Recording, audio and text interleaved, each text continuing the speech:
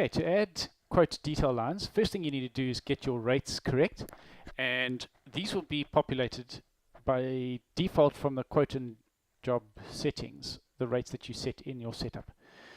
If you're using an insurance job and you set rates for that, then obviously when you pick the insurer, then those rates will be applied to this quote. So once we've got those rates correct, then we can start adding our detail lines.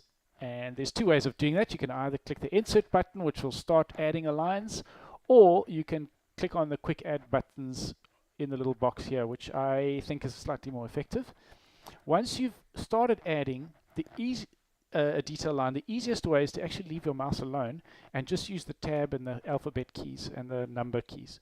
So I've clicked replace and then I've clicked tab, and so if you're a slow typer, you type in FR because I'm going to replace my front bumper liner, and so I'm going to click tab now, and because there's no option as FR, it brings up the job location, and you can hit the enter key, which selects the front.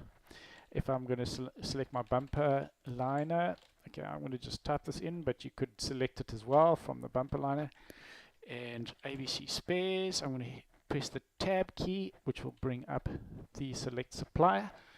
Now, because ABC Spares only supplies XXX and second hand, when I tab across to the part type and I hit the down key, you'll see that there's no OEM there. It only allows me to select XXX or second hand. So I'm going to select XXX, so I hit the down key and then I hit enter, which takes me across to the pricing method. And in this case, I'm going to select net. If I made a mistake, I would press Shift Tab to go back through the various columns. So there's my part markup is 25%. If I click tab now, it'll skip over the discount column because that only obviously applies to a retail pricing method. Enter my quantity of 1 and my cost price. If I click tab again, obviously it's going to skip over the sell price and the total and allow me to enter the quantity of panel beating hours. Now, if I enter 1 and I go tab, you'll see that it highlights the rate, which allows me to override the rate for a particular line. So if you've got a particular line that you want to up the rate for, then you would enter that in there. Likewise with stripping and assembly and and the paint. We're not going to paint a bumper liner. Okay, then if I press enter, it saves the line and it immediately starts a new line. That's because I've got these two options selected here. This new line uses same action, will initiate this line as a replace line, and keep inserting after save is when I hit enter, it immediately starts the new line. If you don't like those two options, you can obviously turn those off. Now let's say hypothetically I wanted to go into repair, and so I would type in my repair front bumper.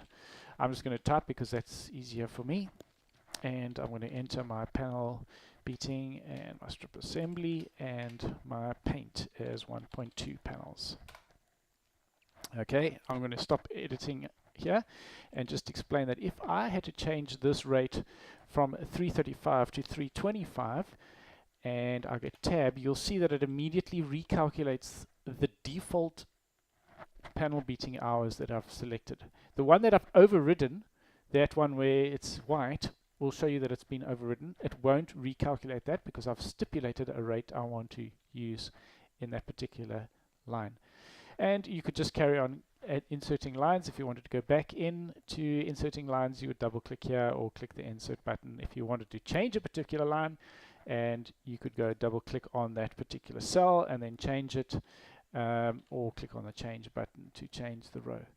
If you wanted to delete a row, you could delete the row there or move a row's order up and down in different orders to appear on the quote. And that's it for today.